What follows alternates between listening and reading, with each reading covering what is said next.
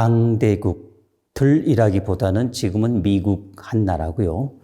그리고 국제원자력기구라고 하는 국제기구가 동조를 하는 상황인데, 그리고 일본은 당연히 당사국이니까 주장을 하고 있고요. 버리겠다고. 그러면 왜 그럴까요?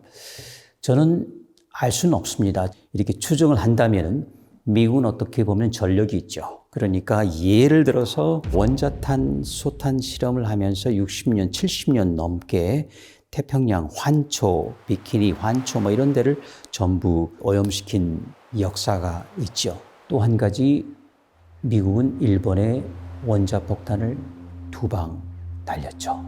히로시마 한 번, 나가사키 한 번. 자, 그렇기 때문에 어떻게 보면은 미국이란 나라는 일본에 대해서 버리지 마라고 할 수 있는 명분이 그렇게 많지 않습니다. 오히려 그 할 말이 없다고 할 수도 있죠. 자, 그럼 왜 국제 원자력 기구는 이렇게 그 솜방망이처럼 규제를 못하는 것일까요? 국제 원자력 기구는 안전기구라기보다는 지능기구죠. 70년 전에 미국 아이젠하워 대통령이 평화를 위한 원자력, 그렇기 때문에 이건 원자력 지능기관이죠.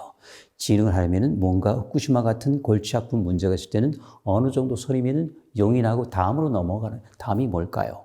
차세대 원자로가 되지 않겠습니까? 그 원자로를 지능시키고 또 짓고 이 나라 저 나라에 팔려면은 이 후쿠시마와 같은 걸림돌을 빨리 없애는 게 좋지 않겠습니까? 제가 생각하기는 그래요. 근데 더 중요한 거는요, 이렇게 대형 사고 난 원전에 대해서는 국제 원자력기구가 어떤 기준을 갖고 있지 않아요.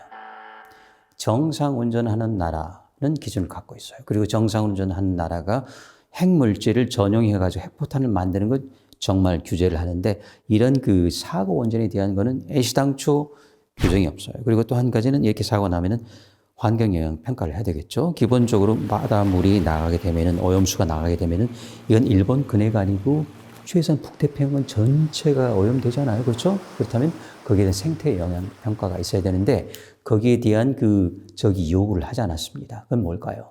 일단 이 방류를 이 선에서 일본에 맡기고 그 다음 수수로 나가겠다. 그래서 그런 점에서 아마도 강대국들이 아니고요, 미국 한 나라가 방조를 하고 있고 반대를 극명하게 한 나라가 있죠. 독일입니다. 독일은 지난번 그 에너지 기후 장관 협의에서도 그 일본 장관이 발표하는 그 내용 자체, 그러니까 선진 7개국은 이 방류 조치를 환영한다는 식의 발언을 바로 거둬들이게 만들었죠. 독일은 아니다. 주요 7개국 정상회담이 있었죠. 근데 거기 그 말이 있었습니까? 없었죠. 기시다 총리가 가장 그 역점을 뒀던 게 이 방류에 대한 국제 동조, 주요 7개국의 묵인이었습니다. 근데 그걸 받아들이는데 실패했죠. 그 질문에 대해서는 저도 지금도 굉장히 궁금합니다. 자, 안전하다면요, 일본 정부 도쿄 전력이 안전하다고 하잖아요. 그렇게 안전하면은 묻으면 되죠. 그런데 거기에 문제가 있다고 합니다. 돈이 많이 든다는 거죠. 그리고 경우에 따라서 그렇게 묻는 동안에 지진이 나면 어떻게 될까? 그럼 무슨 말일까요? 지진이 나면은 문제가 된다는 것은 역으로 생각한다면 모여있는 저장수가 아직 깨끗하지 않다는 거죠. 일본 정부가 말은 깨끗하다면은 그거 걱정할 필요가 있습니까? 그래서 거기서 우리는, 특히 저는 이 방사성 오염수가 일본 정부가 말하는 것처럼 깨끗하지 않다. 그리고 다른 전문가들이 말하는 것처럼 저장수에는 경우에 따라서는 75%, 4분의 3이 아직 남아있다. 또는 3분의 2가 남아있다. 일본 정부가 인정한 것처럼. 그러면 이거는 버리지 말아야 되겠죠. 저장 용기 2배 늘릴 수 있습니다. 지금 1000개 넘게 있지 않습니까? 하루 또는 이틀. 아마 일주일에 하나씩 만들면 됩니다. 2000개. 그러면 앞으로 18년 더 버틸 수가 있거든요. 버리지 않고, 투기하지 않고. 그러면 좋은 일이 일어납니다. 정하지 못했더라도, 또 아직 남아있더라도 저절로 절반 4분의 1, 8분의 1로 줄어들어요. 삼중수는 8분의 1로 저절로 줄어들어요. 가만히 있어도. 정하지 않고, 걸러내지 않더라도. 세슘, 스트론튬 절반 밑으로 떨어져요. 이 절반이라는 건 굉장히 큰 차이입니다. 저절로. 그리고 거기다가 조금 더 희석하면 되겠죠. 그때 정말 깨끗한 물이 됩니다. 담수예요. 염수. 바닷물이 아니고 해수가 아니고요. 자, 그렇다면 이거는 정말로 공업용수, 농업용수를 쓸 수 있죠. 경우에 따라서는 식수로도 쓸 수 있죠. 이 물은 정말로 영국 옥스포드 명예교수 웨이드 앨리슨이 말한 것처럼 진짜 마실 수 있습니다. 지금은 안 됩니다. 저장 호수를 만드는 것에도 어마어마한 돈이 들겠죠. 저장 호수 버리는 방법보다 쌀 겁니다. 버리지 말고 투기하지 말고 그때 물을 받아가지고 인공 호수에 저장해라. 석촌 호수 만들면 됩니다. 그게 용량이 650만 톤인데요.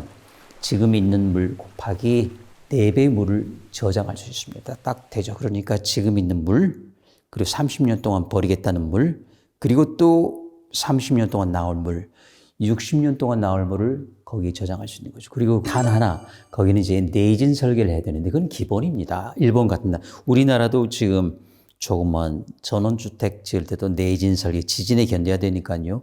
그거 하나만 하면은 1m 정도 되는 두께의 콘크리트로 바닥을 막으면 보통 그렇게 호수 만들지 않습니까? 그렇죠? 그렇기 때문에 큰 돈 들이지 않고, 그리고 정말 필요하다면은 국제사회가 도울 수 있습니다. 지금 체르노빌 하는데 국제사회가 돕고 있거든요. 그렇지만은 일본은 우크라이나보다는 돈이 많은 나라겠죠. 그렇지만은 원조를 필요하다면 우리나라가 먼저 나서고 미국 도움 끌어들이고 영국 끌어들이고 태평양 제도 나라 또 뉴질랜드, 호주 끌어들여가지고 전부 투자할 수 있어요. 그거 토목공사입니다. 아주 간단한 공사고요. 그리고 돈이 그리 많이 들지도 않고 지하 매설보다는 약 100분의 1. 그렇기 때문에 그 예산 걱정하지 말고 얼마든지 만든 다음에 이걸 소위 승화 차원이죠. 승화된 수상공원을 만드는 것이죠. 기념공원이 되는 것이죠. 용수도 있지만은 수상 스키도 탈 수 있고 정말 깨끗한다는 게 판명이 되면은 특산 맥주 마시지 않을까요? 삿포로 맥주, 기린 맥주처럼. 그러면 그야말로 후쿠시마는 우리의 그 좋은 기억 속으로 들어가고 좋은 추억을 만들어줄 겁니다. 그렇지만 지금처럼 하면 이거는 우리에게는 악몽이죠. 괴담 유포자라고 더 잘 알려져 있는 건 아시죠? 그 이유는 이렇습니다. 체르노빌의 5배나 10배 정도 크기가 되는 방사성 사고를 냈는데 도쿄전력은 10분의 1이라고 축소했습니다. 만약에 축소한 것을 그대로 받아들이면 저도 원자력계가 말하는 걸 그대로 따라갈 수 있습니다. 그렇지만 그게 아니고 10배 정도 또는 최소한 5배가 된다 하면은 문제가 있는 거예요. 보통 저 빼고 다른 전문가님들은 5년 걸려야지 돌아온다. 해류가 말이죠. 근데 그건 얕은 물이라는 걸 말씀드렸고 저도 거기에 전적으로 동의합니다. 많은 깊은 물은 그렇지 않을 수도 있다. 선박 평형수는 그렇지 않을 수도 있다. 그리고 먹이 사슬 때문에 그렇지 않을 수도 있다. 그렇기 때문에 저는 걱정을 하는 것이고 이거는 광우병이 아니고요. 실제 잡히고 있습니다. 후쿠시마 근해에서 세슘 기준치 1,400배가 되는 게 지금 잡히고 있어요. 왜 그럴까요? 벌써 오염됐기 때문에. 참치가 미국 서안에서 잡히고 있습니다. 왜 그렇죠? 벌써 거기까지 갔다는 이야기죠. 그렇죠? 우리나라는 일본을 제치고 세계 첫 번째 가는 생선 소비국. 1년에 평균 소비량이 62kg, 웬만한 성인 무게가 되는 것이죠. 근데 미국 사람은 우리만큼 이렇게 회를 많이 먹지 않습니다. 그렇기 때문에 우리는 미국하고 달리 그 생선에 대해서 좀 더 주의를 기울일 필요가 있는 것이죠. 그래서 저는 거기에 따라서 숫자에 따라 가지고 계산을 했습니다. 이 사고에 대한 후폭풍을 이해하려면 이 원자력 발전소의 그 내용물, 그러니까 거기 뭐가 있었고 지금 어떤 상태에 있고 이걸 먼저 인식해야 되는데요. 저는 미국 웨스팅하우스라고 하는 그 회사에 8년, 9년이죠. 근무하면서 무엇을 했느냐. 우연찮게 후쿠시마에 있는 비등 원자로라고 하면 이 원자로는 그 안에서 펄펄 끓어버려요. 물이 끓어서 터빈 돌리고 전기가 나오죠. 이 원자로에 대해서 대형 사고를 한번 연구를 하면은요. 이게 얼마나 큰 사고다. 그리고 얼마나 많은 물질이 있었을 것이다. 그리고 얼마나 많은 물질이 있음에도 불구하고 도쿄전력이 그 상황을 파악하지 못했다. 지금 발표하는 모든 숫자들은요. 사고가 났을 때까지 모든 게 정지되어 버렸습니다. 그리고 그걸 가지고 전산 도움을 받아서 자, 이 정도가 나왔을 것이다 라고 그쳐버렸습니다. 저는 그게 아니고 사고는 지금도 진행 중이다. 이러한 원자로는요. 사고가 나고 해결료가 녹고 원자로가 뚫리고 그리고 밑바닥 콘크리트까지마저도 제 이름처럼 균열이 가더라도 물만 나오면은 그리고 해결료가 지금 녹고 굳고 흩어진 상태죠. 여기 물만 들어가면은요. 핵 반응이 조금씩 다시 일어나게 되는 거죠. 지금 뜨끈뜨끈해요. 그렇기 때문에 1호기에 원격 카메라 또는 로봇이 들어가면은 몇 분 못 버티죠. 지금 그런 일이 일어나지 않는다면 지금쯤 되면은 로봇이 1시간, 2시간 하루도 작업을 할 수가 있어야 됩니다. 근데 지금 왜 작업을 못 하죠? 전자 회로가 망가지는 것이죠. 이거는 어떨 때만 가능하느냐?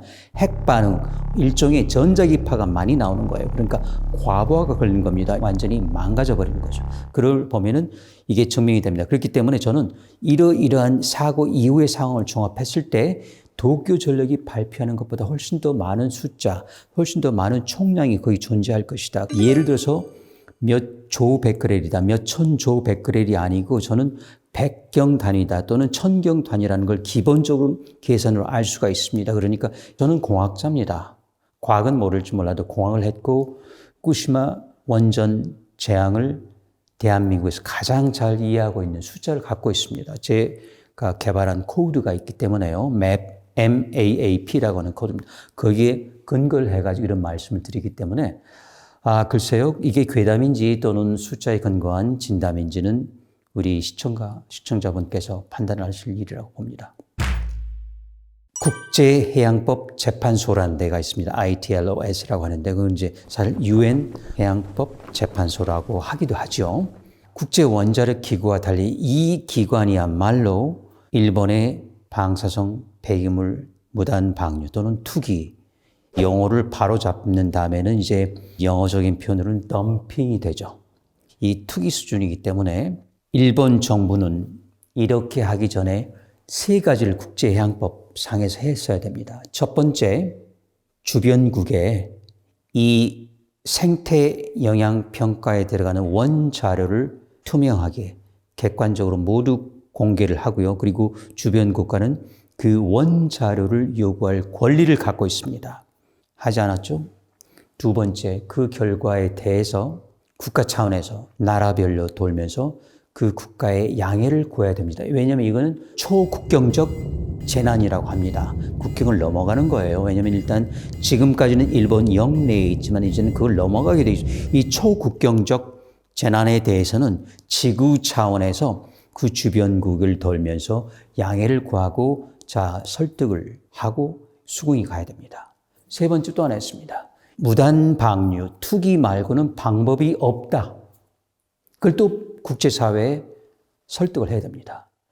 근데 일본 정부는 안 했죠. 그래서 이 3가지를 하지 않았기 때문에 제소할 수 있다. 어떤 제소냐? 구체적으로 이 결정에 대해서 일종의 가처분 신청이죠.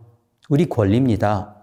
그런데 이거는 국가 대 국가가 해야 됩니다. 왜냐하면 국제 또는 UN 해양법 재판소이기 때문에요. 자, 그러면 국가가 어떤 신청을 하느냐? 해양 방류 임시 구제 신청이라는 게 있습니다. 이걸 할 수 있습니다. 민간 차원에서 할 수 있느냐? 그렇지는 않습니다. 이건 국가 대 국가 차원에서 해야지. 이게 국가가 저지르는 범법 행위지 않습니까? 해양법을 위반하는. 그렇기 때문에 이거는 국가가. 그러니까 이거는 만약에 한국 정부가 그렇다면은 연대를 할 수 있습니다.